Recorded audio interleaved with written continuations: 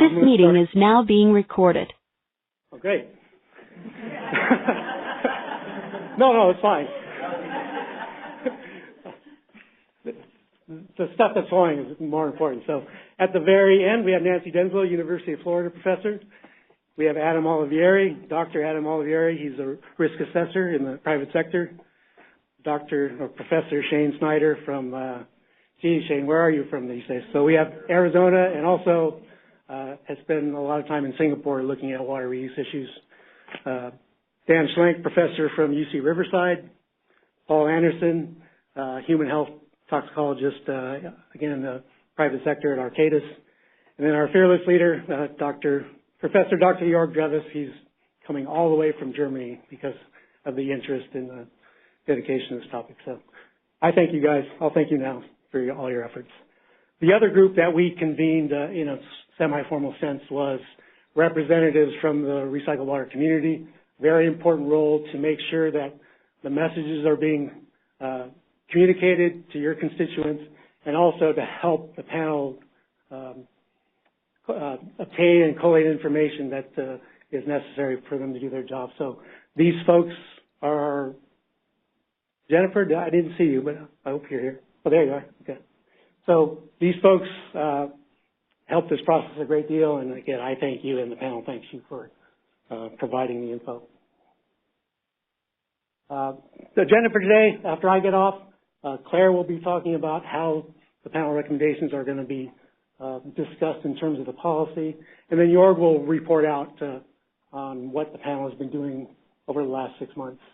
At 10 o'clock or thereabouts, we'll open up the floor for the panel to address questions from you all. We'll start in the room, and then we'll go online and address questions that the public online are interested in hearing. And with that, I'll hand it over to Claire.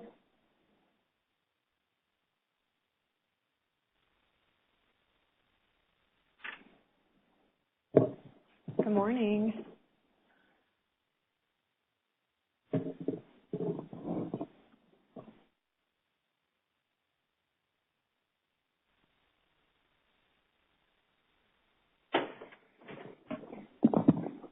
So thank you so much for being here for the panel's report out. I would like to remind you to sign in if you haven't already, the sign-in sheets right when you walk in. I'm Claire Wagoner. I'm the Senior Environmental Scientist in charge of the Statewide Policies and Planning Unit. I'm in the Division of Water Quality at the State Water Board. And so some of the programs I oversee include the recycled water policy, recycled water research, and then also some of the work that's being done at the state for constituents of emerging concern. So I'd just like to start by echoing Keith's comments and thanks so much to the panel for coming from far and wide to work really hard over the past couple of months in such a short time frame. I know we're really looking forward to the panel's recommendations, and I just really appreciate and want to thank you on behalf of the board for all of your work. And then also thank you to SWRCB, who's been managing the panel. That's been a lot of work, so thank you as well for that. Again, just to frame sort of the discussion today, the panel is going to be speaking to recycled water. Now, we have a lot of other work related to constituents of emerging concern occurring at both the state regional boards and elsewhere throughout the state, but the topic up for discussion today will be recycled water only. If you're interested in some of that other work that's going on, please feel free to reach out to myself or Tessa Foget later. We're happy to put you in connection with where you can find that additional information.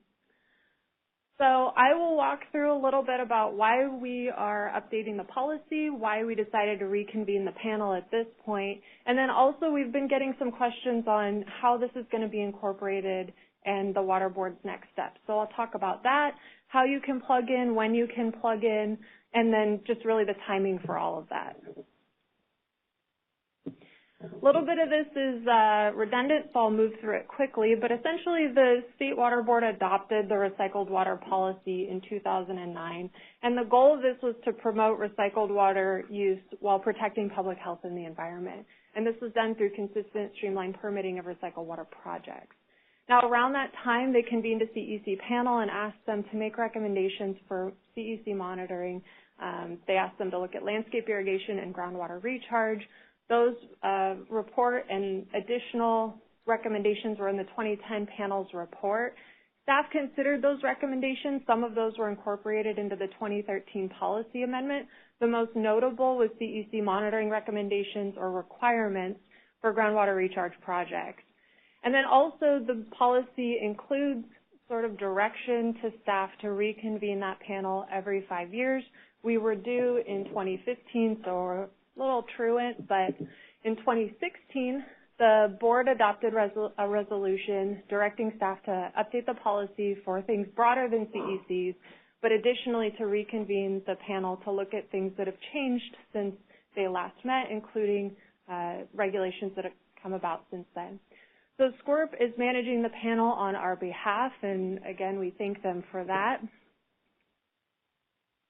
So we have a little bit of timing here. The panel first met back in July. They had their initial public meeting where they talked a little bit about the scope of which they were charged with. They've been working really hard over the past couple of months.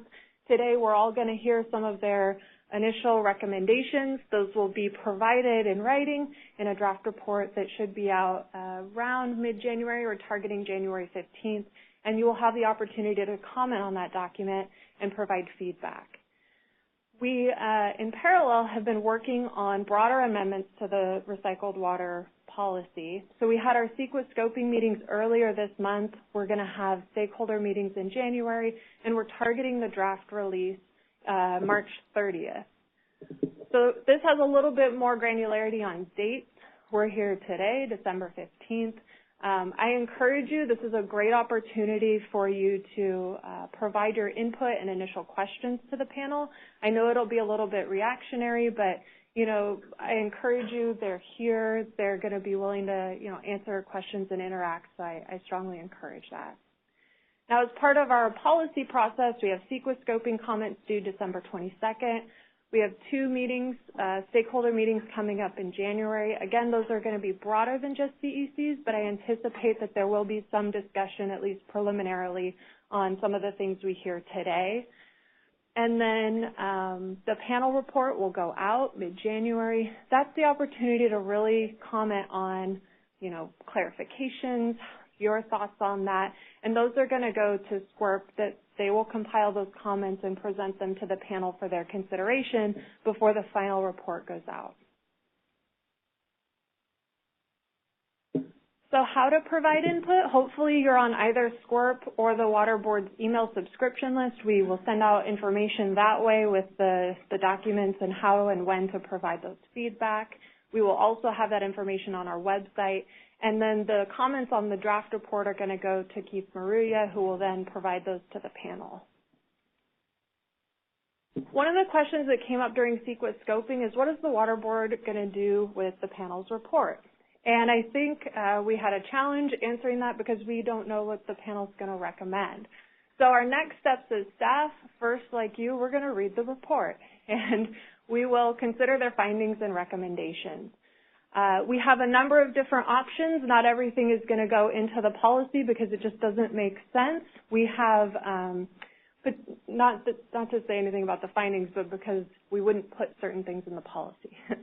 So some things will go into the proposed amendment. We also could potentially take internal action, potentially to improve our internal processes to respond more quickly and frequently to CECs. And additionally, we anticipate there's going to be some research recommendations, so we could develop grants or contracts to help fund some of that research.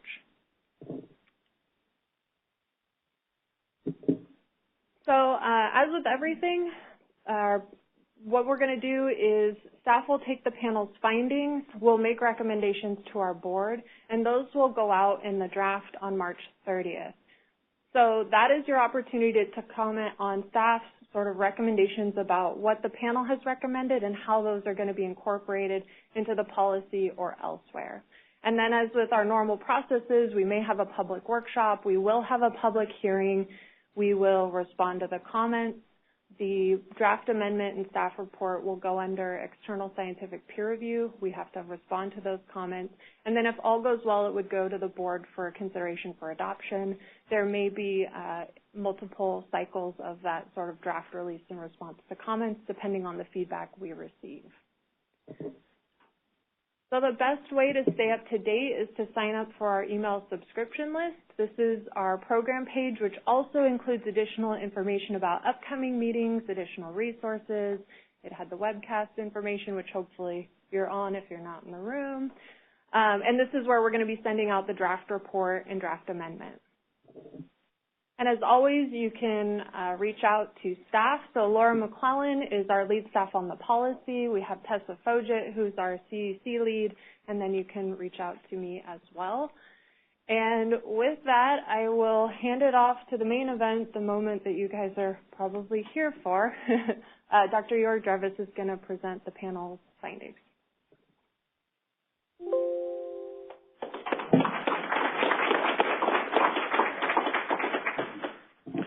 Good morning.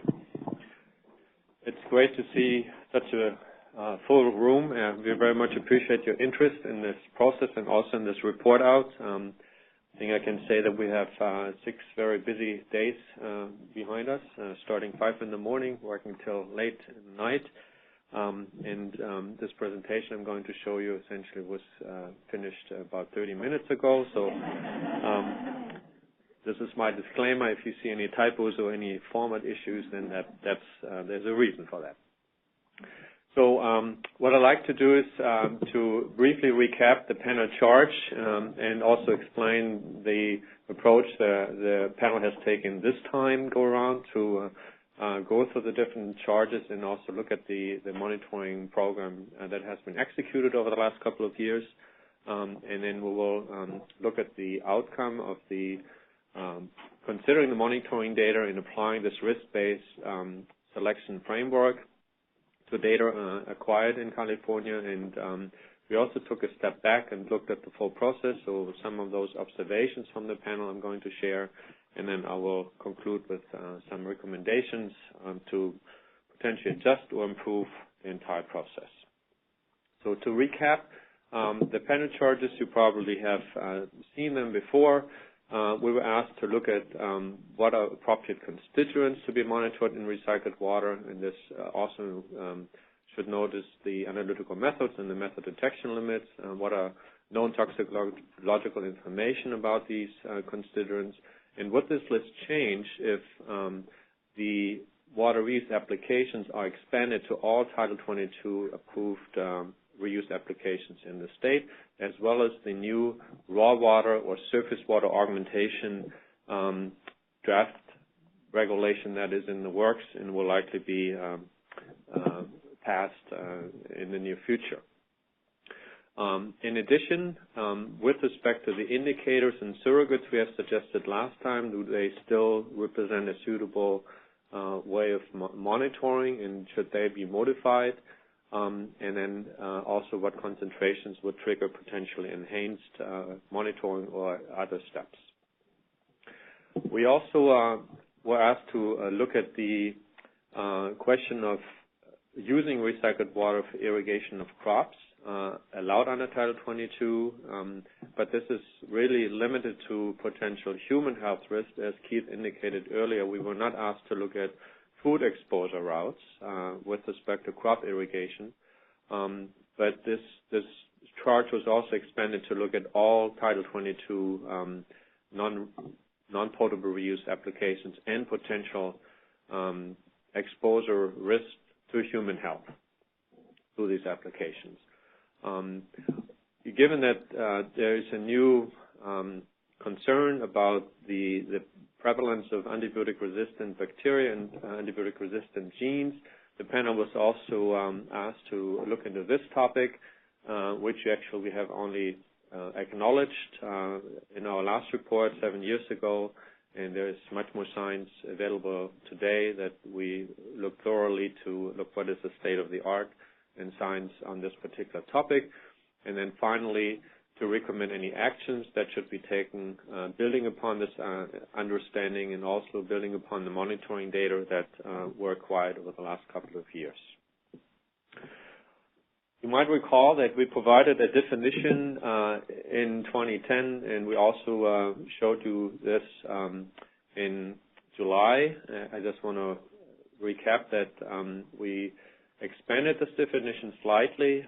We're not calling CEC chemical of emerging concern any longer, but constituents, to acknowledge that there are not just chemicals present that might pose a concern, but also other constituents such as inorganic constituents or organic constituents, microplastic or nanomaterials would fall into this category, but also microbial contaminants could be a concern, such as antibiotic resistance. So that was the charge. I can already say that we looked at the topic of nanomaterials and microplastics briefly, and we concluded that the current state of the knowledge is very limited to really do any high-level assessment on the relevance of those, and we did not provide any more specifics on those two groups of constituents. Just to make sure everyone is on the same page, we want to look at different water recycling applications approved under Title 22 in California, and what you see on the schematic is a conception model of indirect potable reuse for groundwater augmentation, and we're looking at the so-called surface spreading application, where tertiary treated effluent is applied, and what matters to us is really the point of reference. So the schematic indicated a couple of boxes, POE and POM, or that's not even on this, but POE, and that stands for point of exposure and point of compliance or point of monitoring. So what I'm referring to with respect to the requirements really refers to the point of monitoring, which usually is the point of compliance. So for groundwater recharge using surface spreading application, the point of compliance is the groundwater mount downstream of a recharge basin, for example. And what you also see here is any potential groundwater exfiltration into a surface water body was not considered to be of concern, because usually that's not how these recharge operations work. And we did not see any issue with this particular contribution. Another way of doing this is groundwater there is a typo, you see, groundwater recharge using a subsurface application. So this is direct injection using as it's called in California, full advanced treatment, and the point of compliance is prior to the point of injection, and this is also the monitoring point, and we expanded that because the treatment scheme is the same for the raw water augmentation or surface water augmentation. That would be the point of monitoring before this water would be released into a surface reservoir. And then for the non-potable reuse practices, they are just listed in broader categories in the green boxes here. They span a lot of different uses. I don't want to go into them specifically. We're looking at about 45 different applications and practices. We looked at all these practices and the likelihood of exposure through water that contain CECs to human health, and we will speak to that in a minute.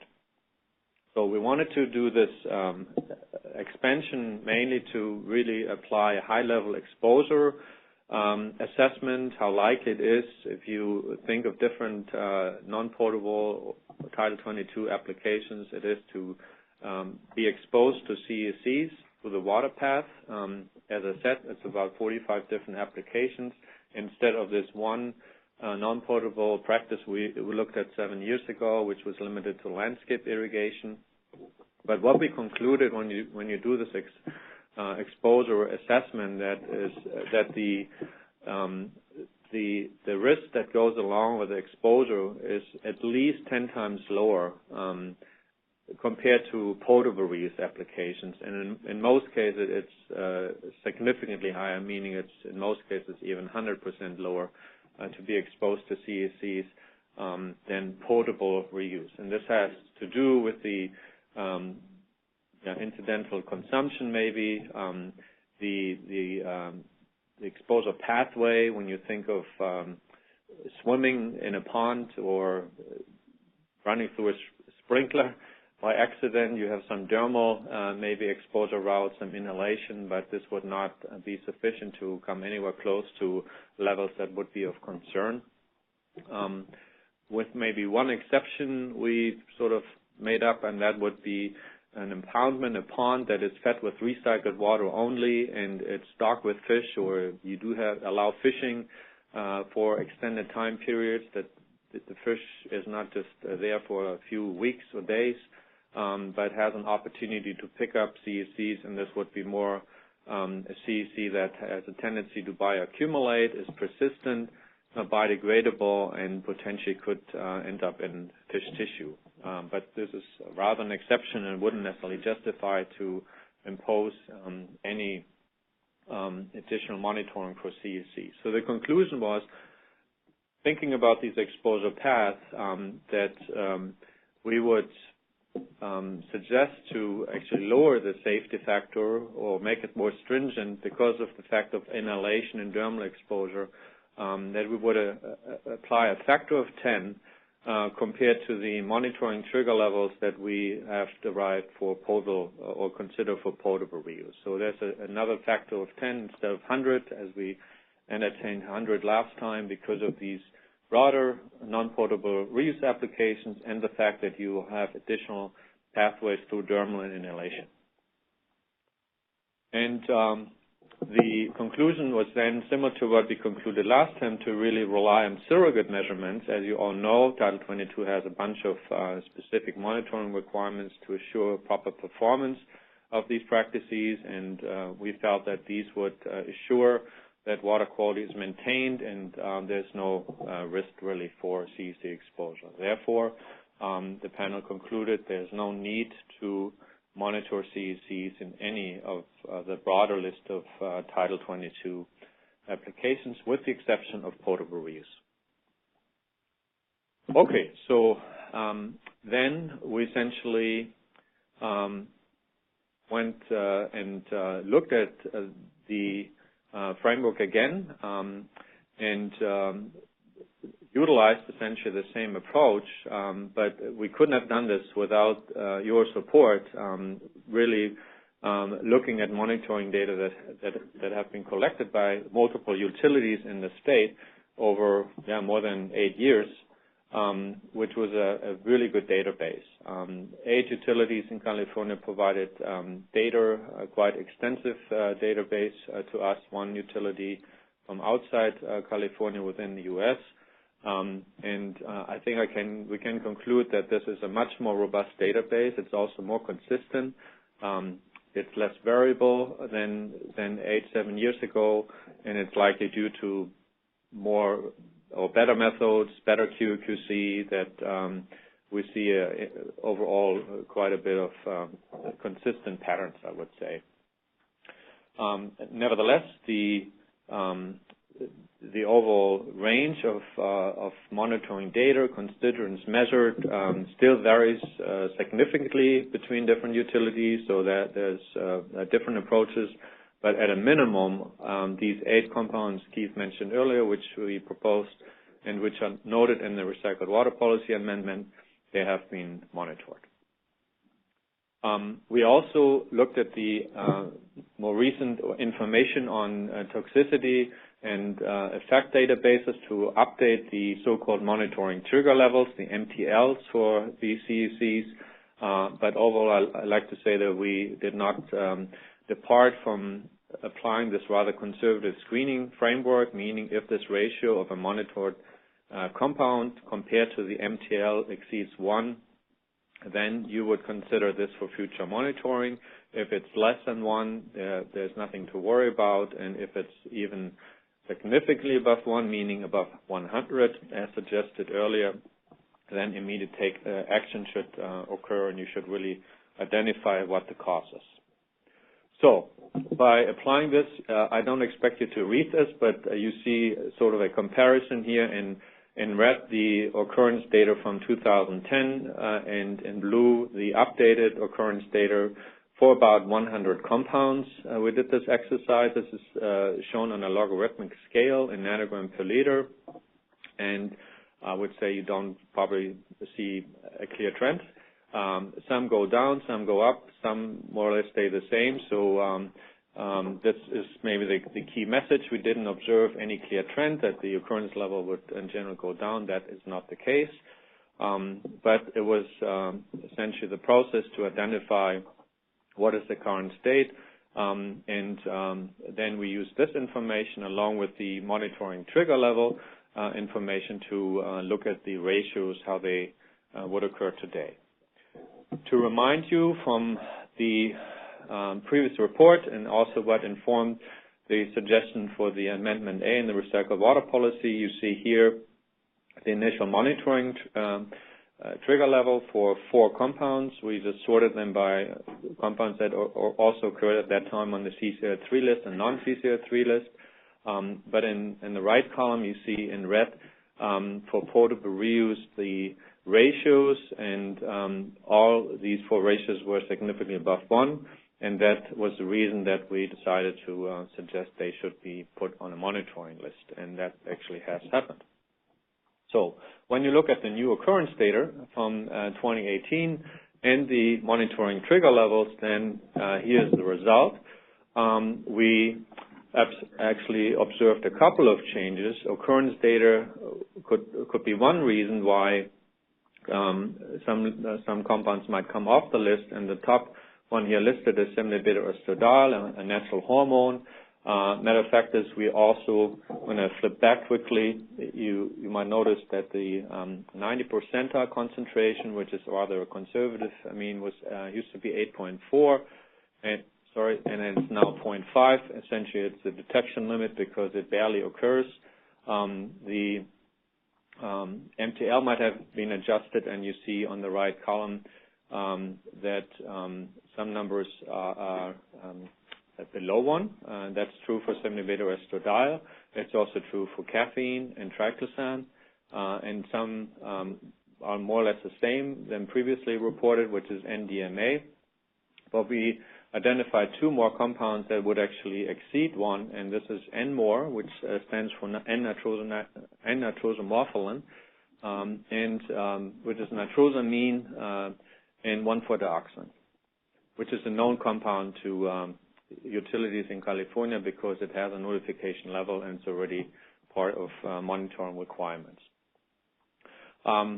There's another mistake. This red number 0.89 shouldn't be appearing in red. It should be black, and that confirmed that there is no exceedance of 1, even with this more conservative safety factor of 10, and no concern, no reason why compounds should be added to the list to monitor in Title 22 water.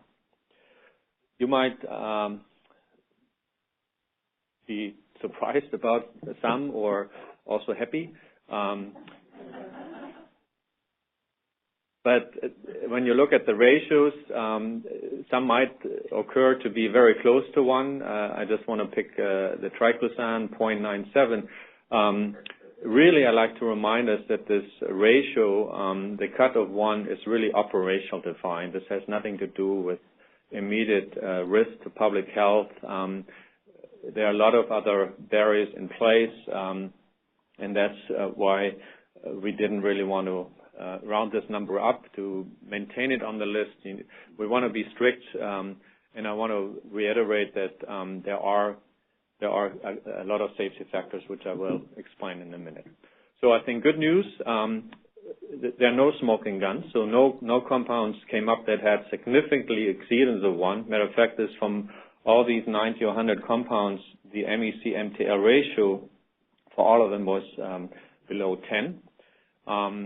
The compounds that came off or on are listed here again, and NDMA essentially remained on the list. So we would suggest to take off semnibutyrostradal, triclosan, and caffeine from monitoring requirements, but to maintain NDMA as an health-based indicator chemical to be monitored for, as well as 1,4-dioxane, and to add nitrosomorpholin and more as a new compound. As I said, I like to really stress the fact that this framework is very conservative. If you have an exceedance or get close to this ratio of 1, there is no direct any relationship to public health. We also applied a very conservative way of picking concentrations. When the database was rich enough, we relied on we calculated the 90th percentile. So you're in the upper part of the distribution of the concentrations. We also, we called it worst case. That's maybe not the best term, but we essentially refer even to a non-nitrified secondary effluent, and you all know that many utilities applying nitrification, denitrification, which has a positive effect on reduction of CECs through biological treatment. So if you go with non-nitrified, concentrations usually are higher for biodegradable CECs. We have given no credit to any treatment barriers, meaning advanced treatment, no credit given to environmental buffer, attenuation or blending, or the downstream drinking water treatment. So when you think of all these additional barriers, then you might get an idea on when you get close to a 1 or a little bit above, you're way far away from any exposure to public health. And last but not least, we also were more conservative than the US EPA deriving drinking water MCLs by considering, for example, a body weight of 60 rather than 80, by developing or deriving the ADIs and the PNEC values in our assessment. So, as I said before, this exercise couldn't have been done without your great support providing us with monitoring data. And I think we can say that this exercise of doing this over 7 years, spending quite a bit of money deriving and developing this database, we would consider it was very useful and informative. And you also see that there is a possibility to justify an off-ramp to take compounds off the list, because there's plenty evidence that these compounds do not regularly occur at elevated concentrations of concern, and there's good justification to take those off the list. Matter of fact, there's only 3 out of those 100 we comprehensively screened made it on the list. A few words to the role of indicators that fulfill a different role, and that is to assess performance. And you might remember that there's this column of a performance-based indicator and surrogate, which helps to assess the operation of a treatment process. And the panel previously recommended some indicators to serve in this capacity. And this helps, for example, to assess treatment processes like reverse osmosis. If you consider the size of a molecule, if you think of the physical, chemical, or biological properties, you can speak to how efficient oxidation processes or SIT processes would function. However, this only works if these compounds regularly, ubiquitously occur and consistently occur. You have low variability. You can rely on a certain concentration to really describe a difference. You measure prior and after process. If the concentration is very low, then you run into some non-detect levels quickly and statistical issues that would be not suitable. And we notice when you look at this comparison slide I showed earlier that indeed for some of the performance indicators, the occurrence level dropped significantly, factor 4 and more. That is true for caffeine, but also for gamprebucil. We looked into this and suggest maybe some other compounds that could fulfill this function of a performance indicator. We also had another example like ipromide, which is an X-ray contrast agent. There are a bunch of different X-ray contrast agents used in hospitals. Another one like iohexol is actually showing a much more consistent occurrence pattern, and we would suggest to replace that instead of ipromide. So are these all amendable to current analytical methods? Of course, we considered this as well, and they are. These are mainly based LT-MS/MS methods, similar to what laboratories are already employing to determine the previously noted compounds. And if they do fulfill this criteria, then some might even serve in this capacity of a health-based indicator and a treatment performance indicator. That would be true for NDMA, for example. And if not, maybe you can also look in the database for other suitable performance indicators that would meet the criteria listed above.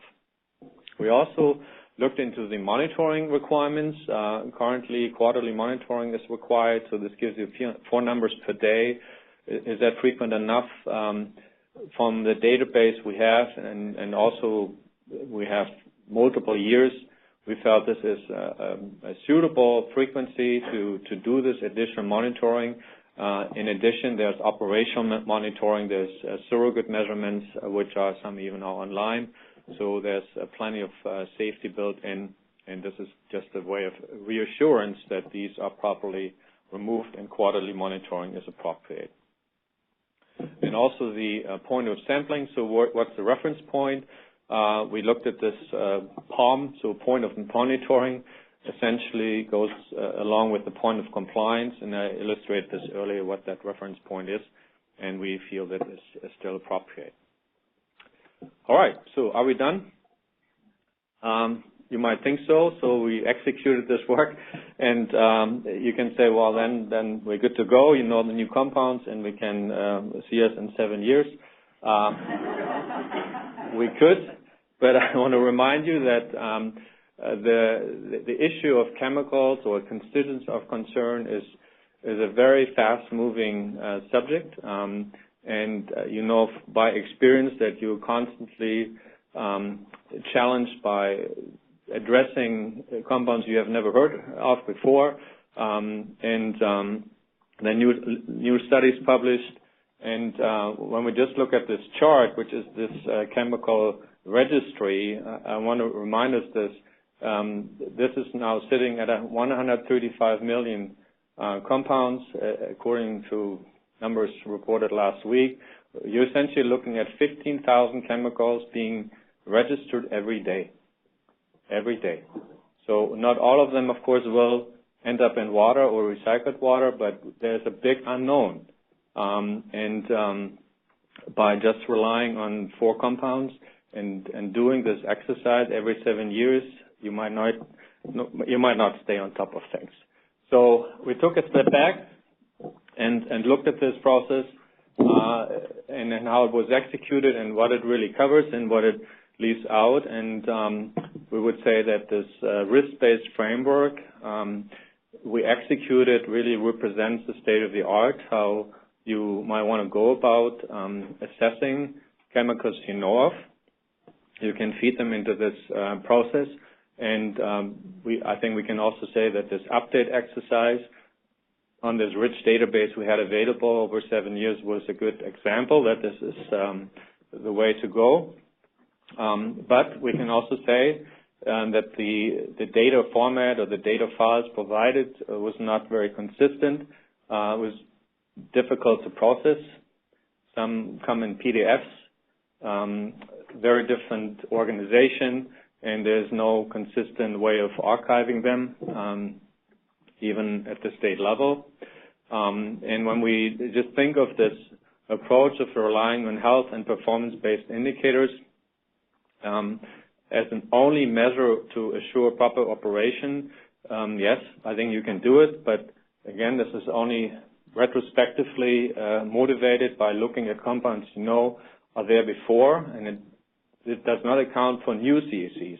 They're coming up, so it's a little bit slow to pick up new compounds, and you would rely on some arbitrary, essentially, or random efforts of utilities expanding their chemical scope and looking for new compounds. So that was the only source we had available, and certainly that is limited.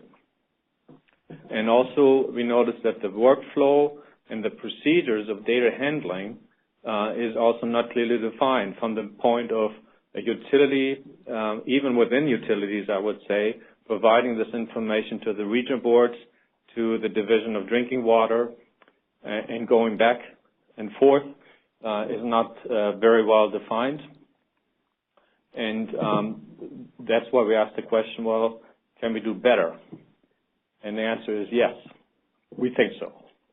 So we thought about some maybe new tools that can help to enrich this body of knowledge by expanding the monitoring strategy to also look at what we characterized earlier as unknown unknowns or non-monitored CECs. And there are various techniques out there that have been proposed, such as bioanalytical tools or non-target analysis to address these. And also this fast-moving subject to stay on top of things and be well prepared and not run into surprises. But there's also a great deal of online data available in all of these potable reuse applications. In particular, you have SCADA information. You have SCADA information on surrogate parameters online. You have flow data. You know when systems are offline, and this information is not really utilized at the moment to assess performance and assess removal of CECs, but the panel thinks it should. And we also need a more comprehensive framework to assess this information to provide managers confident in this particular application. We also noticed that maybe some fine-tuning could help in the panel's assessment framework. This relates to ways of informing this selection process by finding maybe broader filters for bringing compounds on the list for this on-ramping, and of course also the off-ramping. You measured caffeine over 7 years, but if you have looked at this subject probably 3 or 5 years ago, we could have already concluded that this maybe is not needed to compile data so long. So a quicker review process would actually help and potentially also save money. And we also felt that maybe a more responsive program could help in processing this information, so streamline the implementation process of our recommendations to go into policy and go into practice.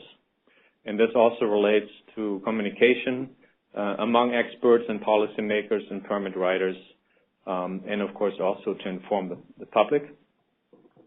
And we have some suggestions how this could be done.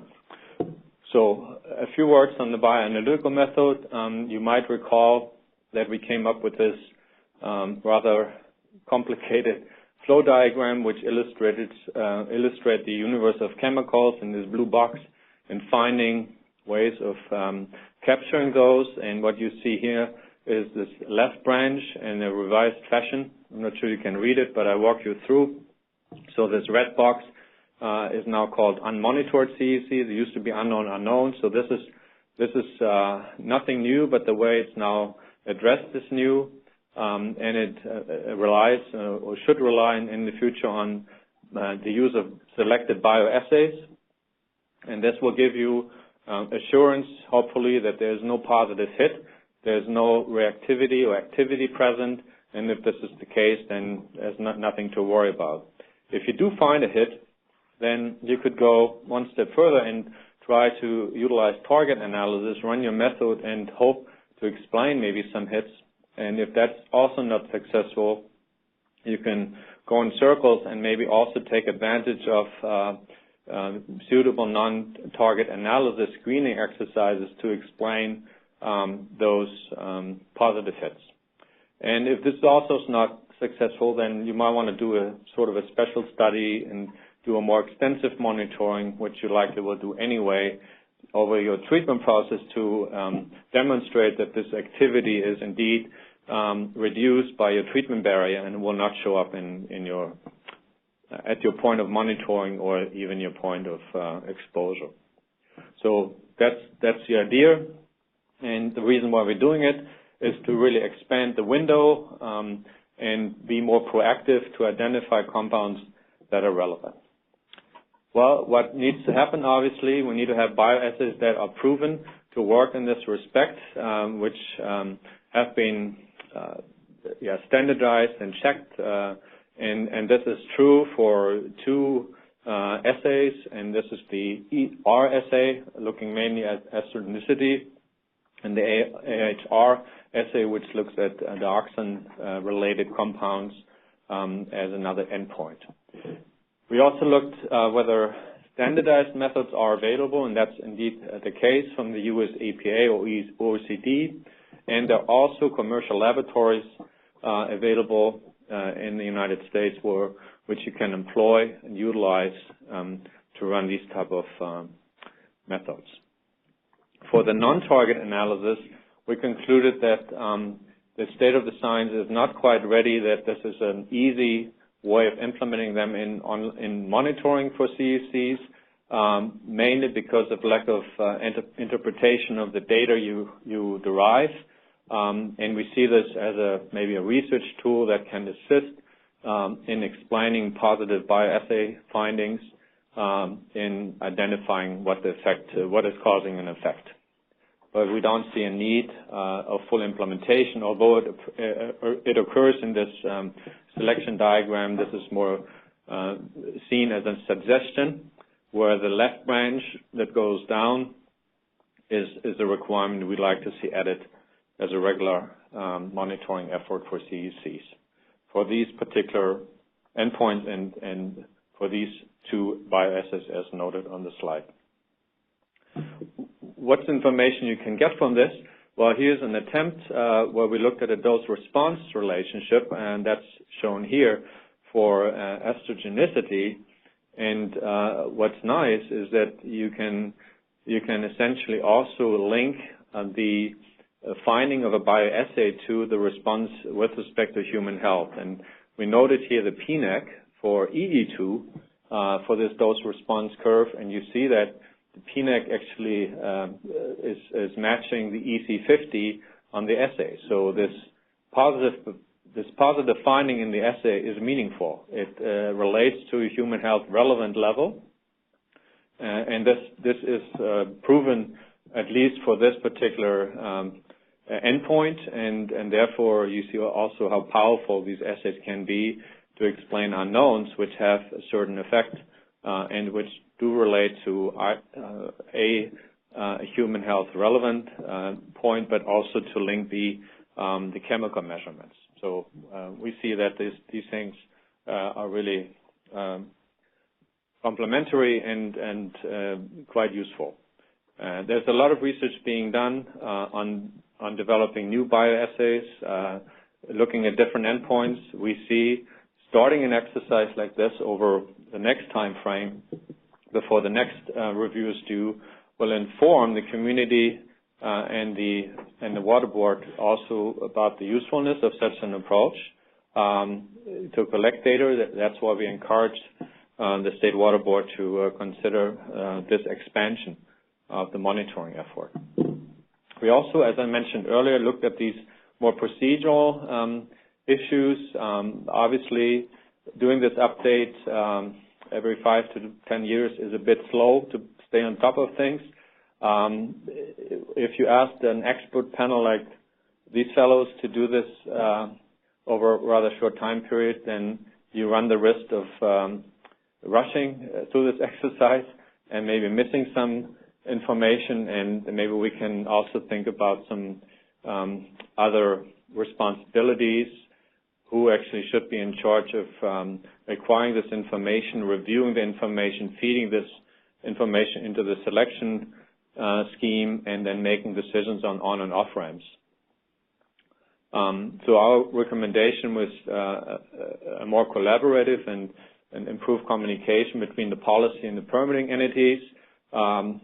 This is also true, I think, where we've concluded that even within the agency, the State Water Board, communication on this topic could be improved or better defined. Also between the state and the region boards, with respect to the utilities practicing these reuse applications, and of course NGOs and the general public. We want to keep this screening exercise as simple as possible, but we also like to say that we like to empower the State Water Board to maybe take up this task and provide the resource or establish the resources to go through this exercise and really rely on the expert panel, the external expert panel, to provide the overview on the process and some advice on new topics, more as an advisory role rather than doing the groundwork. So when we summarize all this information, and we would then come to this concluding table, which is also a table you've seen in the Amendment A in the Recycled Water Policy. This table would change as follows. So we would add new health-based indicator chemicals. You see on the left column the reuse practices of concern.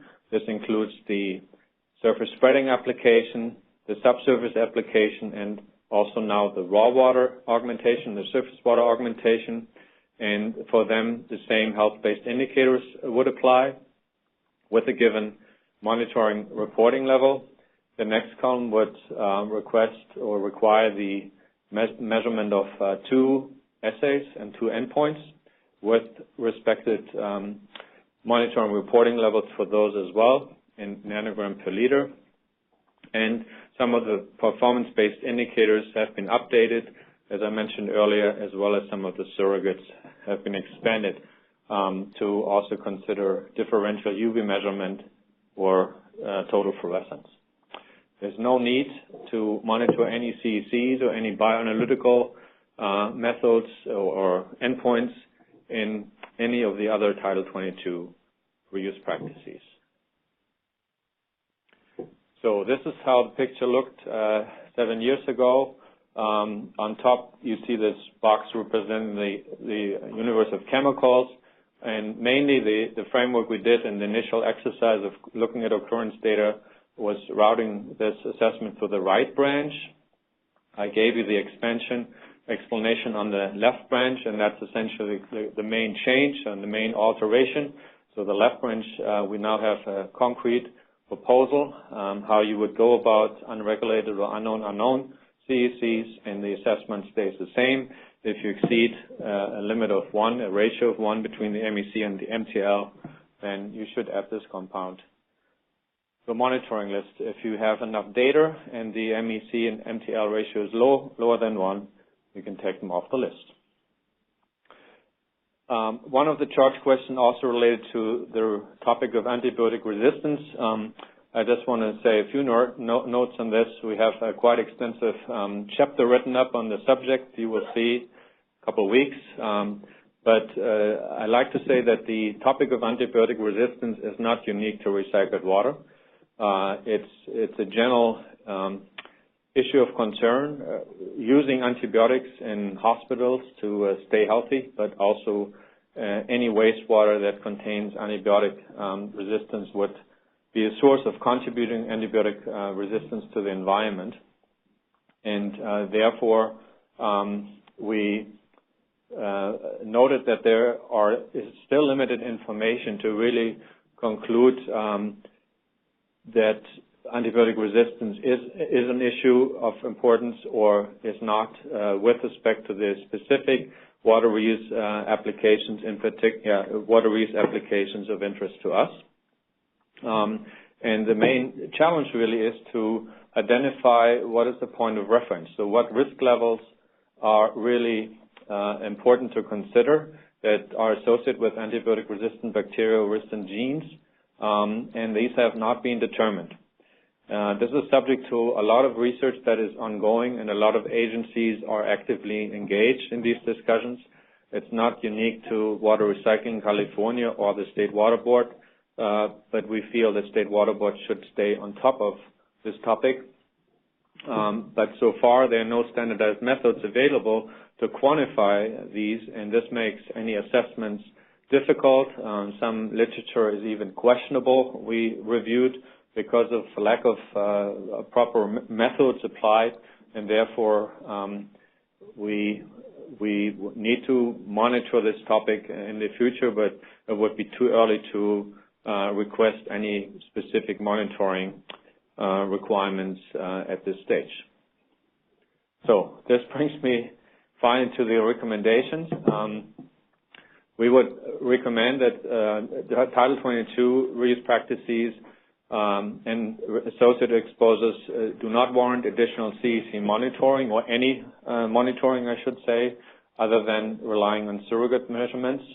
The CEC monitoring should continue for potable reuse, and this includes groundwater retreat practices as well as raw water augmentation. We consider the risk-based selection framework really as the state-of-the-art in doing this type of an assessment, and this provides a proper way of determining off-ramps and on-ramps. The state should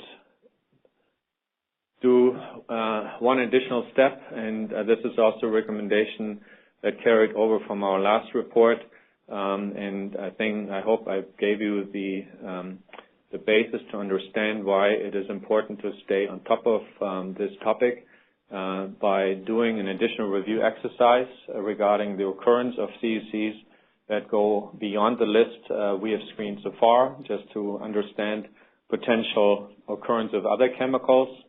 In the report, you will find some suggestions what sources you could use for that and what chemicals might be of concern, but many of you are also engaged in other in exchange with other utilities, in exchange with researchers, and when you go to conferences, you learn about new compounds you've never heard about, but they also occur in municipal wastewater in other countries or other states, and it's not unlikely that they will also show up in California. We like to propose to incorporate the in vitro assays using HR and AHR into the routine testing. That means same requirement apply to the chemicals as well as the bioassays, same sample location, same frequency. And the current state of science would not justify using non-target analysis at this time, maybe with the exception of utilizing them for positive hits in bioanalytical investigations to explain those findings. In addition, we thought about some procedural recommendations, which we were not specifically asked to look into this, but we felt strong about it, taking a step back and giving you some recommendations, and I gave you some details before. So this first recommendation would be to really issue drinking water permits for potable use that also includes enhanced source control measures. You want to be proactive, you want to stay on top of things, understand who is in your sewer shed, what chemicals might cause a problem, and I think we all know of examples from existing reuse facilities in the state, and they're quite a story about that. We also feel strong that there is a better data management system needed to facilitate the acquisition, transfer, and assessment of monitoring data, to develop internal protocols within the agency, in particular the Division of Drinking Water, for the review and the response to the following point, source control data. We also would request that in addition to chemical and bioanalytical measurement, you do report high-frequency operation monitoring data as an additional level of assurance.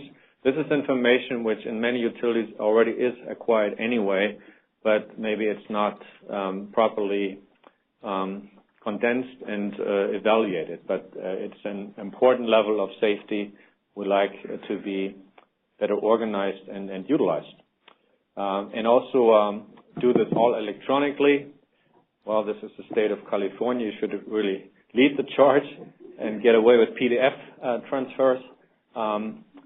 And finally, you should develop an external review of reported data and recommendations for any updates, and also some protocols to what type of information you might want to release to the public, and an annual report to summarize performance and build confidence in these practices. And then last but not least, we like to conclude by saying to recommend to the state to reconstitute this independent advisory panel every 3 years. because of the reason to stay on top of things, but really empower the state to do some of the groundwork themselves, to find potential partners in assisting in this exercise. And the panel should really be the oversight body to advise and check on the process and recommend some new findings, because we might provide and can offer a broader view beyond California.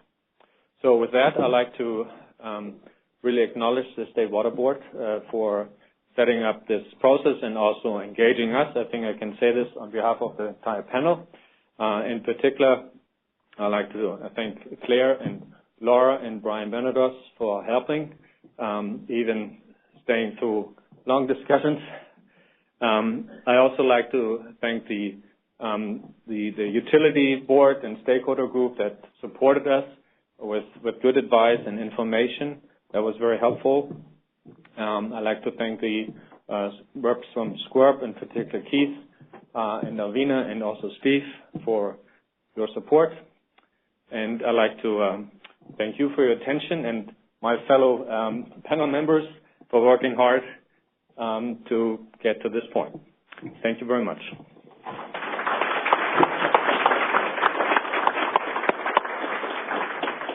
Thanks, Jörg.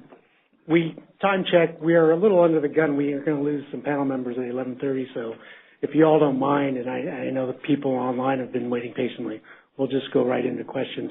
My bad. I forgot to introduce the seventh member, who you see he could not travel to be with us today. Walt Jakubowski is our antibiotic resistance expert. So, Walt, I know you're up there, and thank you for all your efforts. Let me just quickly echo thanks to Claire and her staff, as well as Brian. Rachel has been moderating our webcast, so Rachel, without you, this wouldn't happen. I appreciate it. So with that, I want to open it up for questions from the live audience, and I specifically wanted to let the stakeholder group go first. They've put some effort into helping the panel, so I'm happy to recognize anybody who on the stakeholder advisor group that has a question. So, Ann Heil, hold on. We're going to provide mics so people in the ether can hear you.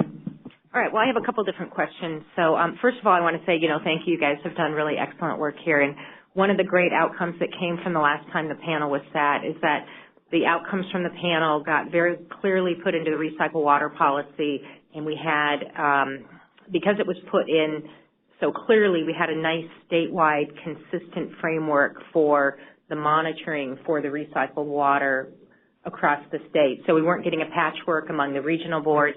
It was the same if you were in Orange County or LA County. So we found that to be a really big benefit of the work from the panel last time. So it's just kind of a comment.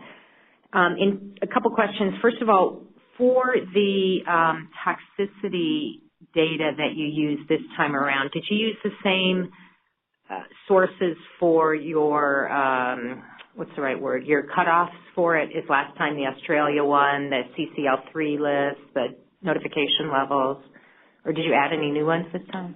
So we included all the old ones. We updated the CCL list with the new CCL4 compounds. Okay. There are only a couple I think got added. We also added a few new sources. The Minnesota Department of Health has listed about 100 or so new compounds that came out a year and a half or 2 years ago. We also now reviewed the EPA regional screening levels for tap water. We've reviewed and included those. And we included WRF. They have a new report that came out in 2015, or a summary, so we included that. And we also included some information from the German EPE Environmental Agency that had some thresholds as well. And the report describes how we derived MTLs from those. They received different weights, sort of the same way we did before, but it's modified a little bit. Okay, and then I really liked the way that your little chart on the left-hand side of the big, complicated graph with the lines everywhere about how you're going to use the bioanalytical data.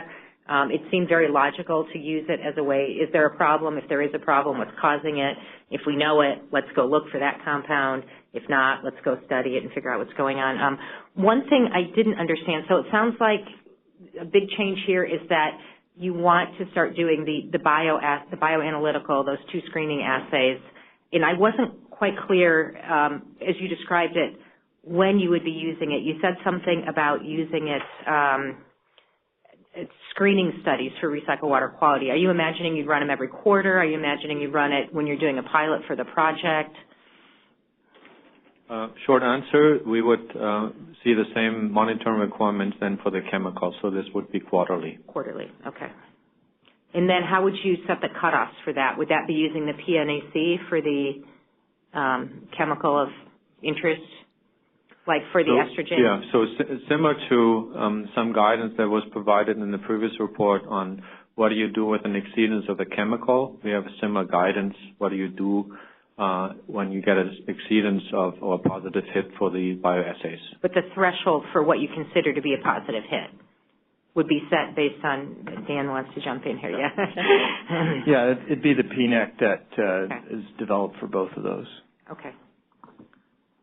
And then I also didn't quite get, you mentioned DDW developing internal protocols on source control data, and I didn't quite get what you meant by that on that slide. Do you know the one I'm talking about? It was near the end, a couple slides from the back. Well, we spent a lot of time on the DPR panel talking about enhanced source control, and work with the state to, well, at least we're moving in that direction, to develop a separate project strictly related to defining the criteria for enhanced source control that would be run by a water utility in particular, as shown here. And all we're doing is trying to match up with that for other potable reuse projects, all the groundwater projects, the SWA, as well as DPR coming down the road. So we want to line those things up in terms of what is an enhanced source control program. We haven't outlined it yet. We've just outlined the concepts of it. And are you thinking source control in terms of like the treatment plant feeding an advanced water treatment plant, or are you thinking upstream of the treatment plant? In the sanitary sewer. It's the sewer shed, okay. And you guys are still working on that? Or you've got an effort? Or? Yes, it's it's evolving. Okay. And is there like is there someone? Okay, last question now. Sorry, I know, I'm almost done. Is there, okay. And then you guys also mentioned doing an annual report on the potable reuse.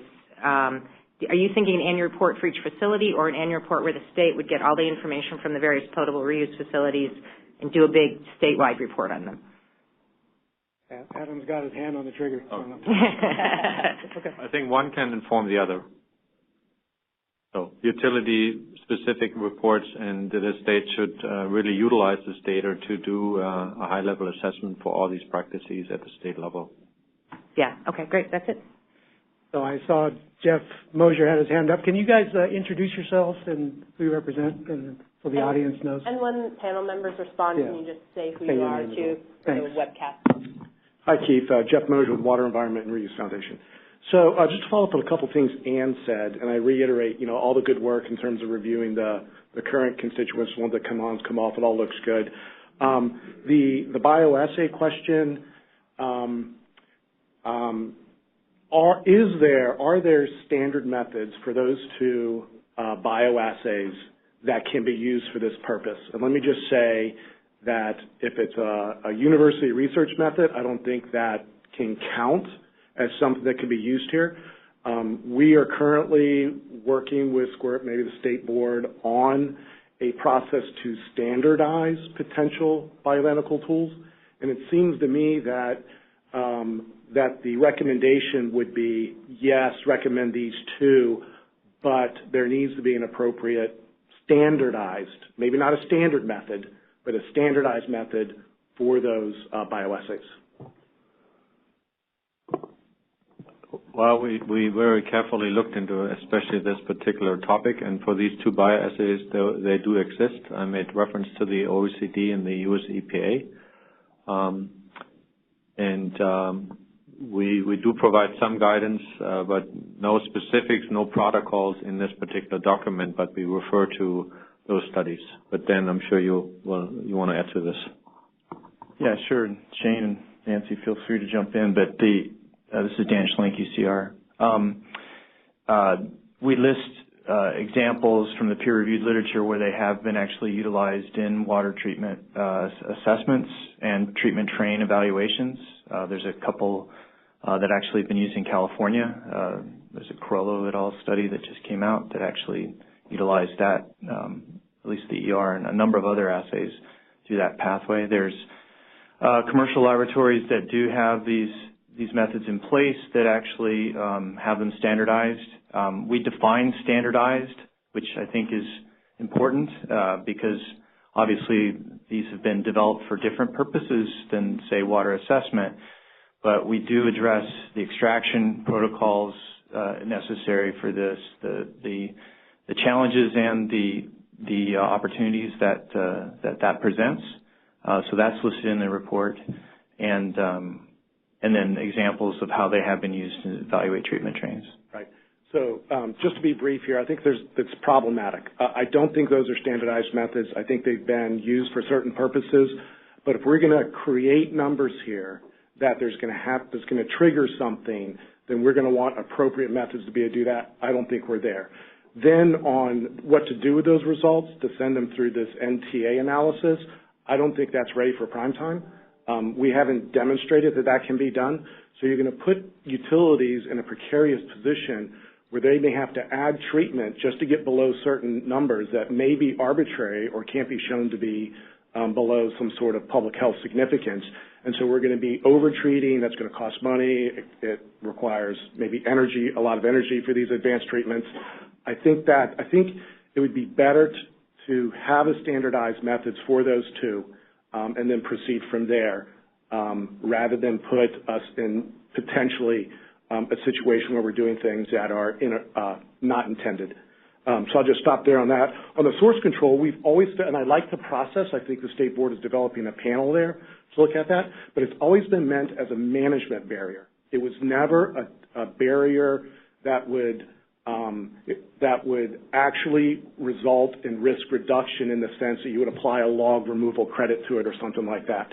The idea was it's a management barrier that you could do a lot of good things to keep these things out of there, but if it becomes a requirement, I mean, it could be a requirement to have one, but if the requirements go down a route where you cannot use this water unless these things are below a certain level, that could be problematic. I'm not sure that's being considered here or being recommended, but I think the emphasis was always a management barrier and not a specific technical barrier, if that makes sense, or engineered barrier.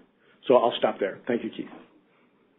Thanks. Thank you, Jeff, for those comments and assessments. I'd just like to say that the bioassays are really intended as a screening tool, and that's why we like to collect information. I'm not concerned, and I think the panel is not concerned that we would expect really any positive hits or an awful lot of positive hits, because we're looking at the point of monitoring. That's essentially the point of compliance. But as a reference, you'd probably also want to run your feed water to have some comparison. This would not directly impose additional treatment steps. If you do get a positive hit, we provided some recommendations what to do. And I did mention that this is optional. It's not set that you always need to run NTA. It is not ready for prime time. The panel is very clear on that. It's a research tool indeed, and it might assist in this explanation, but it's not set to be executed. And of course, there need to be procedures in place to look at this. And indeed, if the utility can demonstrate that yes, you have a hit in your secondary effluent, but you have barriers that can take care of it, there's no concern. So this does not immediately impose a major threat to upgrade treatment plants. I don't quite follow or would agree.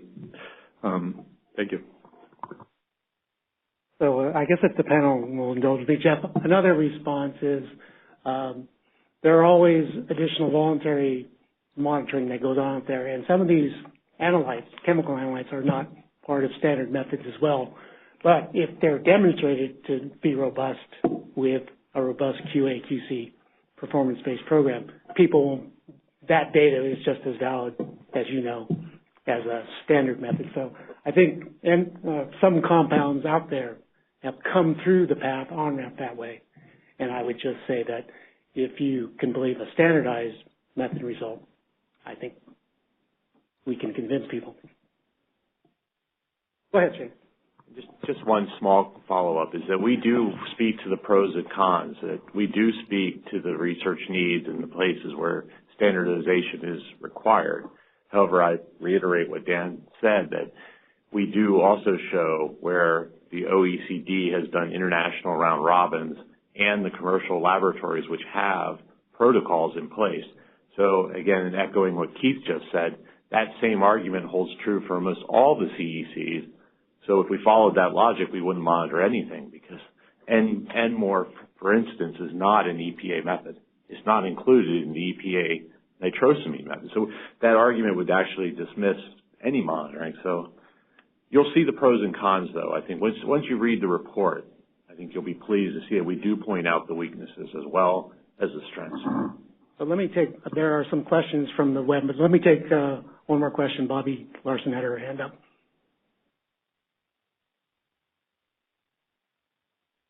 Thank you. I'm Bobby Larson with the California Association of Sanitation Agencies, and I want to echo what other folks have said about, really appreciating the work that the panel has done in such a short time, and to say that just from what I've heard today, obviously I look forward to reading the report, but very much of this sounds to me like what we would expect and hope for out of this process. Again, I think that the framework worked as intended when you established it in 2010, off-ramps, on-ramps. Based on data and things like that. The approach to the bioassays bioanalytical methods we'll have to look at closely. But again, I agree with Ann. It sounds like from the way it was presented that it could be a useful tool and used in the way that we would find value in it. The one question I have that I just wanted to see if you could comment on is this idea that somehow your framework could sort of be transferred over to a regulatory agency to utilize. And I think two parts to the question. One, do you think that's something that would occur in the 3 years before we reconvene the panel if we follow your recommendation? Or do you think some of the things that you outlined in terms of process and data management would need to come first? And then the other part, I guess, isn't even a question. It's a comment, which is I don't think you should underestimate the value that a panel like yours gives to the credibility and the respect with which that findings of the framework are made. So it isn't just math. It's important that all of you who are the experts are the ones who are endorsing this, and I think it helps the water board in decision making to be able to say that to stakeholders, including myself, who might want to make changes in that it has this independent stamp of approval. Yeah, thank you very much on that acknowledgement. We also discussed this issue, of course, and we also see that the value an external expert panel has to the full process sends a message.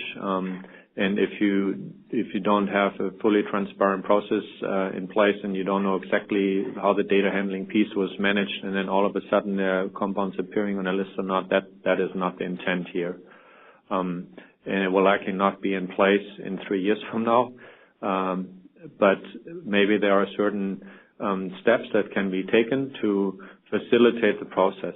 I think the key element to seeing a quick improvement is just the way of informing or data management and do it electronically. There's a data pool which is accessible. The data are consistently reported. The utilities know exactly what is needed, and this would already make a big difference.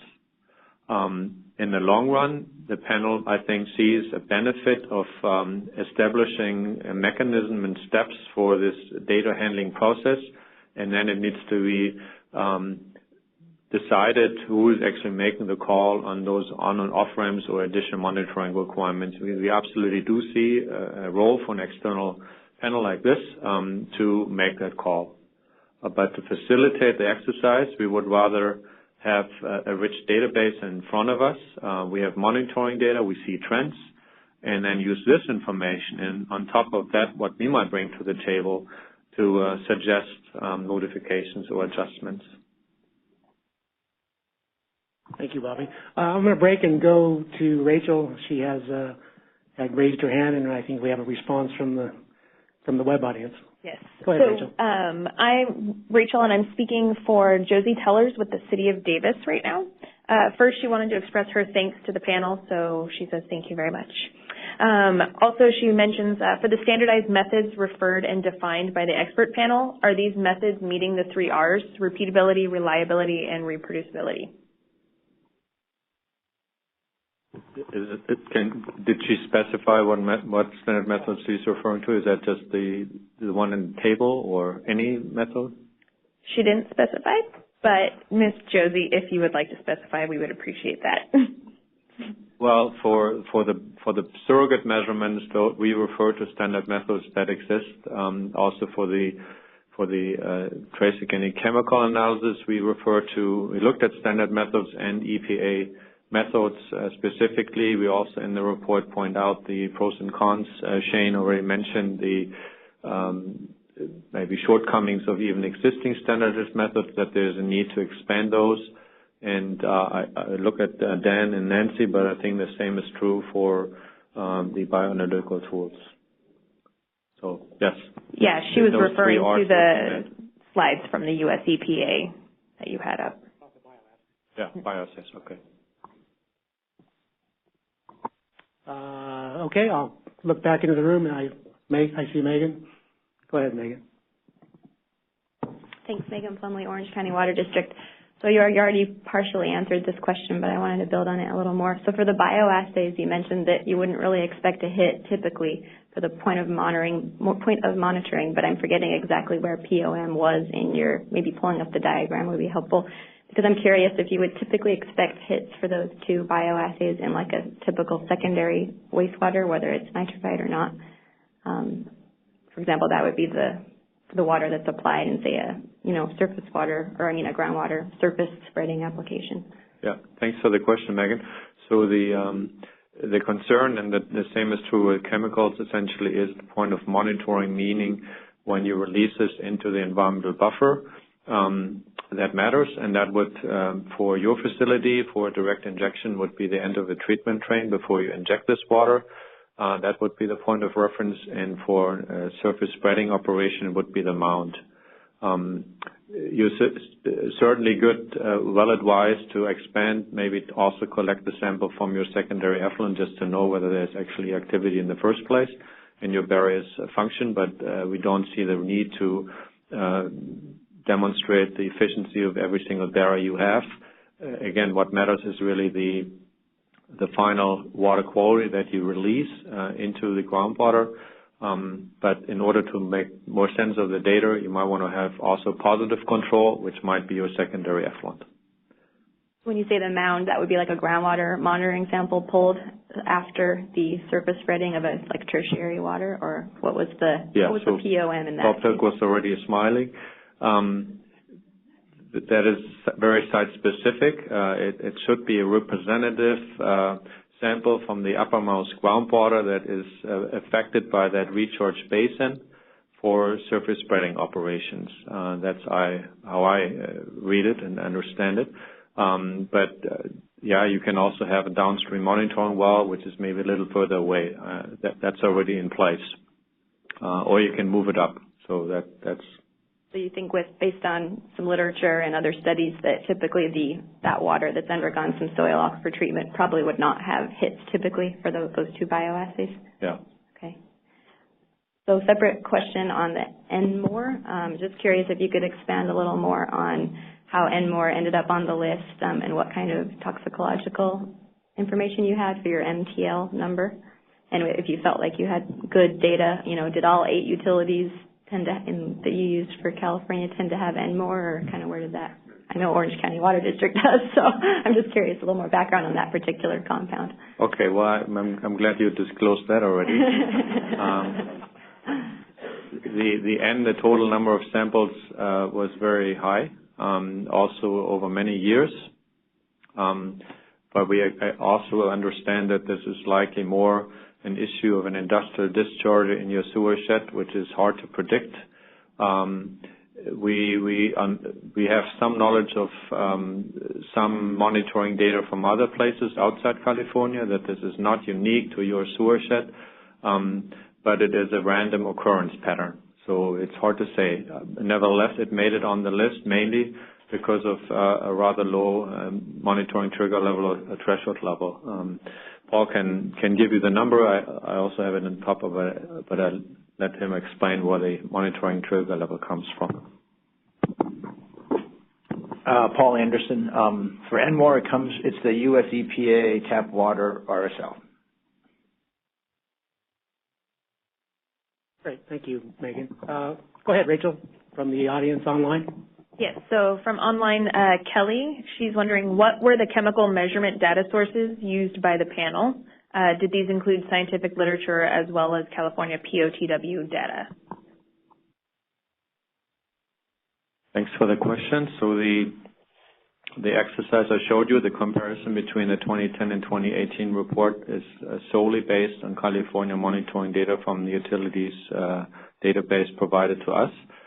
This was backed up by also some additional studies we are aware of, but due to a lack of time, we did not went into an extensive literature review to understand occurrence in other places. I did point out that this is worthwhile doing because you might learn about other chemicals which are not currently integrated in the monitoring efforts in California.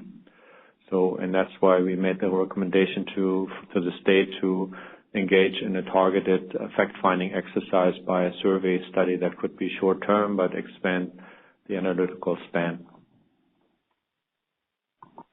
Thank you. I see Jeff, but I'll recognize anybody else that hasn't asked yet. Okay. Oh, well, there's a gentleman. Jeff, we'll get to you right after this gentleman here. Thank you. Please introduce yourself. Thank you. Mike Arabedian, Friends of the North Fork, American River Group. You recommend continuing your risk-based analysis assessment, that is, approach. I wonder if in the report you describe the different methods for this assessment and the advantages and disadvantages of each. I'm not sure I got the question. Are you referring to bioanalytical or fact-finding screening exercises? Well, I believe you were talking overall about the method of your process here being risk-based analysis, which I think is in the directive, actually, to the panel. And I thought you were commenting on recommending continuing with that. And if so, I was wondering if there's been a listing of the other assessment methods and the advantages and disadvantages of the groups. If you refer to non-risk-based, this could be precautionary, for example. No, we're not expanding on that discussion.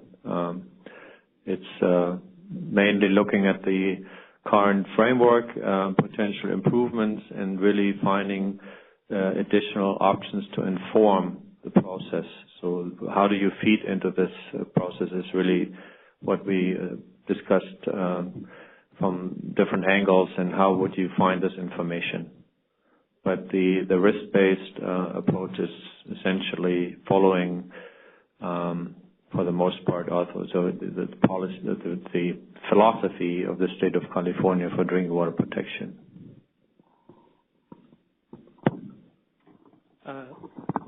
Go ahead, Jeff. Get the microphone, please. Thanks. State your name, sir.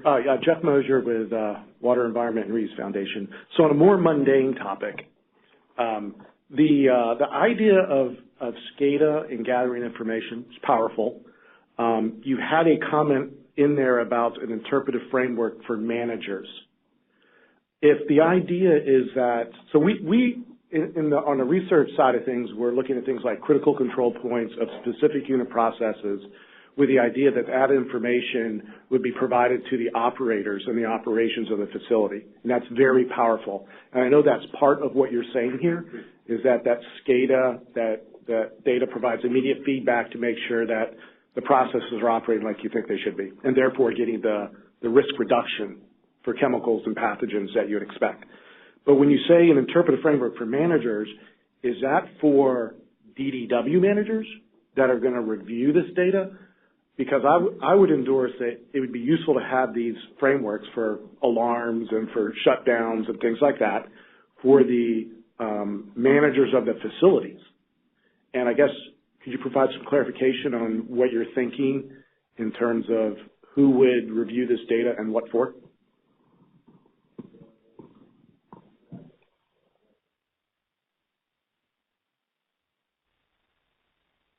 Yeah, it refers to both, but primarily it was the utility manager, but Adam is going to expand on that. Both, right? Both, Jeff. You know, what we're going to build on is, from the DPR panel, we daylighted the idea of this high frequency data and how do you not dumb it down, but collapse it down so that it's usable and you can start making decisions, look at performance of unit processes and the overall facility, then how do you tie that into a risk framework? Well, the same concept applies here. And so State Water Board has a grant project going, and one, you know, but we'll explain it to the rest of the group. One of those projects looks at quantitative microbial risk assessment, or will look at it. And then the question is, how do you bring this performance data in real time, say? So we're just feeding off of that, and it should apply not only for the microbial side, but it also should apply for the chemical and overall plant performance side. And then getting back to your first question, is it both managers of the utility as well as the state? Yes, it has to be. Yeah. The only thing I would add to that, Adam, is that makes sense. I get it. But it seems to me that you would put the burden on the utilities to do this and provide that information to DDW. Yes. In a form that can be. That is the key right there. In a form that. Right. So what we've called out here is we've defined the need to sort of outline and define that protocol. And I see it, and I think yours agrees too, that'll fall out of some of the work done on QMRA and say, here, we've done it, it works, here's how you pull it together, utility. You know, there's some flexibility in it, but still this is the framework for how we'd like you to do it so that you can use it and the state can use it. Yeah. Okay. All right. Do we have anybody else live ask a question? Okay, Rachel, go ahead. Okay, so I have Shane Trussell from Commercial Lab. Can the panel identify which laboratory, hopefully more than one, that is able to properly analyze for ER and AHR biotoxicity using a U.S. EPA standard method? Yeah, this is Dan. We provide at least 3 that we know of that will be able to carry that out.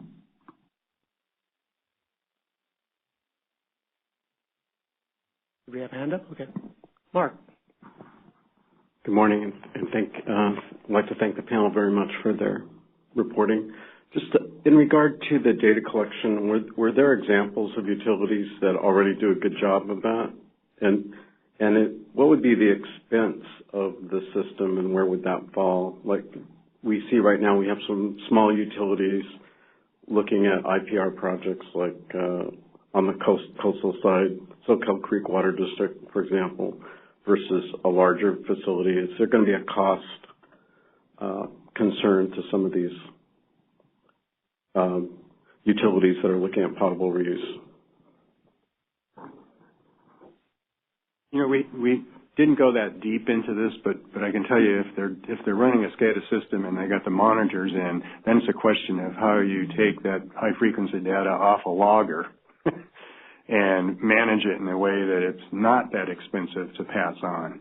So a lot of the initial work was done as, I can't remember the WRF project, the one that Trussell Tech did. And so I've been bugging them on the side, and I think there's a new project coming through through WRF. It hasn't been funded yet, but it's a high priority that looks at the question you're asking. It got ranked high, and so I think the answers you're looking for will come out of that. How do you apply it to, in general, what are the protocols? And then how would you see it fitting into a smaller organization versus a larger one, depending on the monitors they have? And it's really practical data management that doesn't exist within the wastewater industry right now in terms of transferring data.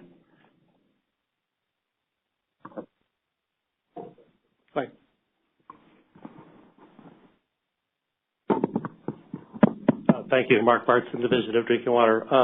Dr. Drews, you mentioned keeping the screening framework as simple as possible. Is that something that you elaborate on in the report, or is it something to be mindful of? I'm just trying to understand what that might look like. Is that? Yeah, I'm not showing that figure again. I think it's more the underlying philosophy. So who's doing that and what steps are taken. So we want to assure that there is a very transparent process in place. Everyone knows how decisions are being made, what the collection is of data, how it's being processed, who's in charge of doing the data handling at what step. That is really the notion here to keep it simple and not overburden either utilities or the state in doing this. Of course, it's not all spelled out in our report, and this requires also decision among the stakeholders as well as within the agency, the State Water Board, to think about procedures and responsibilities, how things could be improved. But that was the intent, really.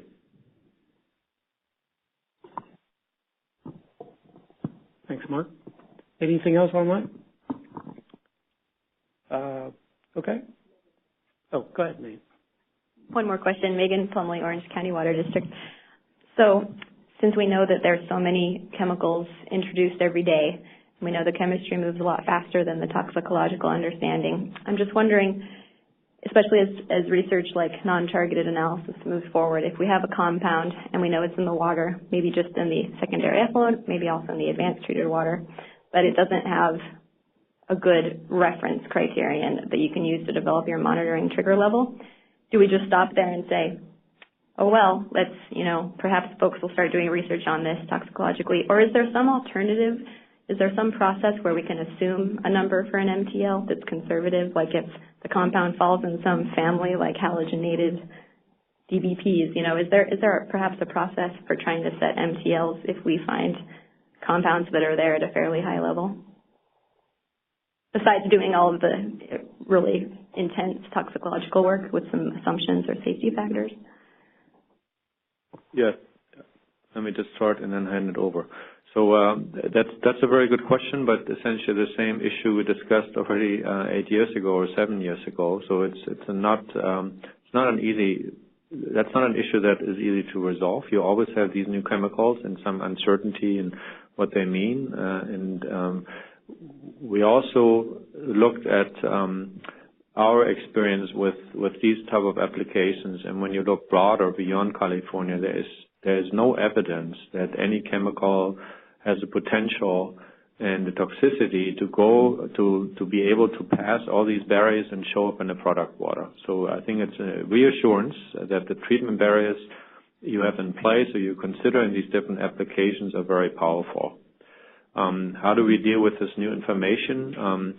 Paul mentioned earlier that we expanded the databases for health assessments. The German Environmental Agency has come up with a rather pragmatic approach to address exactly what you described. They essentially look at the availability of tox data. So what is the quality? Is there information on genotoxicity, mutagenicity, and different levels? And they apply different filters of 3,000, 1,000, 300 nanogram, 100 nanogram to put it into a bin. And that can also help in prioritizing maybe some targeted efforts. So if you have knowledge about a new compound and there's no toxicity data, you can do this type of an assessment, which we described in the report, to bin a chemical in such a class, and that could help get some more information. But then you wanted to add something, I think. Actually, that was what I was going to talk about, was the exposure side. You can use the exposure side of the risk equation to make that evaluation. If there's not exposure and the exposure is limited, then the tox doesn't really matter at that point.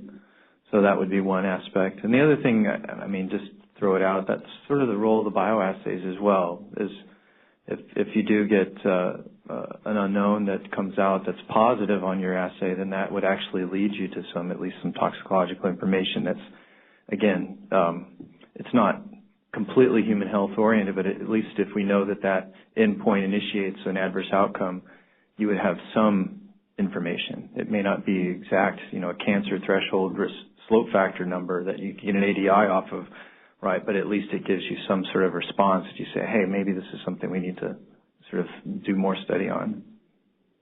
So let me just add one more comment on this. So it's really about applying another filter in informing this selection framework. And as Dan said, it's really about the exposure, but we also can consider the treatment barriers we have in place. So what is the likelihood of, if you have no knowledge about the chemical, at least you can say, what is the fate in treatment processes? What's the likelihood of those chemicals making it through? If it's large enough to be efficiently rejected by a membrane, if it's known to be biodegradable, then there's no concern. So we can apply those filters as well, that you don't even have to execute the full toxicity assessment. Yeah, the only thing I was going to add, Paul Anderson again, building off the bioanalytical, York showed the dose response curve and the link and conceptual linkage for that one particular endpoint to a human health PNEC derived from mammalian data. If you can start doing that for multiple bioassays, right? So you have multiple modes of action, 5, 6, however, 7, however many we develop, and you run something through and you get some response, but if for every one it's less than that trigger, you have lots of assurance that for at least all those modes of action, you shouldn't see an adverse effect. So if I could, just a second, if the panel will indulge me, in response to Shane Trussell's question about commercial lab availability, I think we should acknowledge that commercial capacity is a challenge for bioassay measurements currently. But like any new measurement parameter, I think you'll find yourself up against that. So I think the key is going to be careful selection of vendors that have demonstrated good performance. So I think that's a very important thing to consider. So that looks like Debbie. Go ahead, Debbie. Thank you. I'm Debbie Webster with the Central Valley Clean Water Association, and I want to also thank you guys for the work that you're doing and for your response. I am going to ask so that we can have another minute to look at it, to the slide that had the different MEC versus MTL levels of the different constituents that we were looking at. But my two questions actually, one is just a clarification, is when you were looking at the bioanalytical work, was that specifically for the direct and indirect potable reuse versus the other Title 22 requirements? Yes, that would only apply to potable reuse, not to non-potable. Okay. And then the second question I had is with the NMOR, because it's a plasticizer, is it something that is a potential contaminant because of sampling and sampling tubing, something like we've seen with BIS2 in the past, or is that just really truly there in the environment because we're seeing it through our sources? I would just say that it's really important to look at, and there's been very recent data that shows there's a flaw in the NDMA measurements that can happen from a catalytic effect with the solid phase extraction cartridge that's recently been discovered. So I think with everything that we're suggesting, that deserves some look. Now, I don't know specifically if the panel had blank QA/QC data that was evaluated for the NMOR. I don't remember. Georg, if you remember, but it's an excellent point, and that holds true for every endpoint. We do say that in the report how critical that kind of QA/QC is with blanks across the board, even for bioanalytical. But I don't know specifically to NMOR.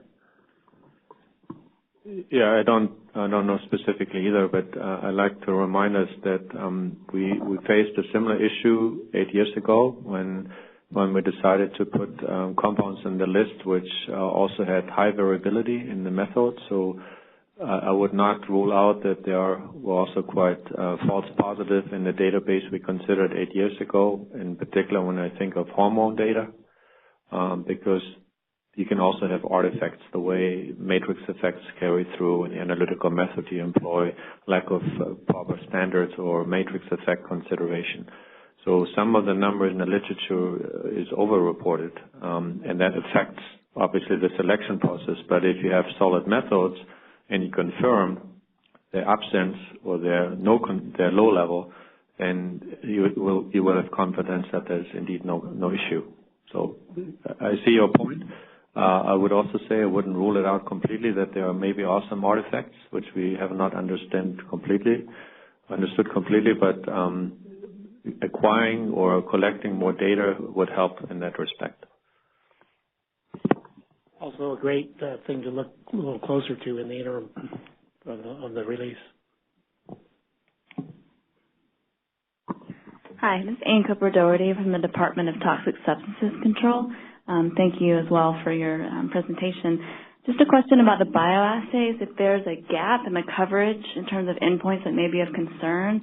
And somewhat related to that, is there a thought of using predictive methods for both the toxicology as well as the exposure, if there's a way to predict using known physicochemical properties, the type of chemicals that may be of concern, that may be helpful to inform, I'm from the safer consumer product world, so future chemical selection and things of that nature. Thank you. Yeah, thanks for the question. Indeed, using this information, I'm just looking forward to this framework, is considered. The predicted environmental concentration would consider production data, fate data, to do such an assessment if you have no other knowledge. That can be one element where you try to explain explain the relevance of those chemicals. So we speak to that. Not in much detail because we explained the concept in the 2010 report, and we say that still applies based on this framework. All right. This is Ann Howe with LA County Sanitation Districts. Could you just back up the presentation one slide? I want to see the slide before that. That one, yeah, could just leave that up there for a second. Thanks. Just a request and not a question. Okay, got it. All right, it is 11. We have the room. Oh, go ahead. Sorry, just a quick logistical question. Are all of these slides going to be made available after today, both yours, Keith's, and Claire's, as well as the panel? A lot of good information there, or should we just wait for the report? Slides would be nice. Yes, I'd like to say one thing. Anything you see on these slides is draft. Right, so maybe the answer is it might change. Yeah, it'll be labeled as draft. Okay, thanks. I can PDF it and put it on the website as well. So the website that Claire gave out for the recycled water policy. All right, we're all good online, Rachel? Last shots, last chances from the crowd? Jennifer. My name is Jennifer Tierlink. I'm from the California Department of Pesticide Regulation. And I just want to say that I was really happy to see the board make the recommendation that the state board kind of lay the framework, and because this is a huge field and it's really hard to stay on top of, and so having that expertise in-house and then seeking advice from the expert panel, I think that that's a really fantastic recommendation. And then because we have a lot of the common players in the room, when it comes time to look at the aquatic risks from surface augmentation, I would just encourage the state board as well as the panel to include partner agencies such as the DPR and DTSC, because we have regulatory authority over those compounds.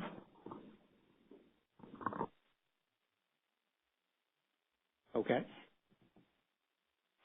All right, we're at 11:05.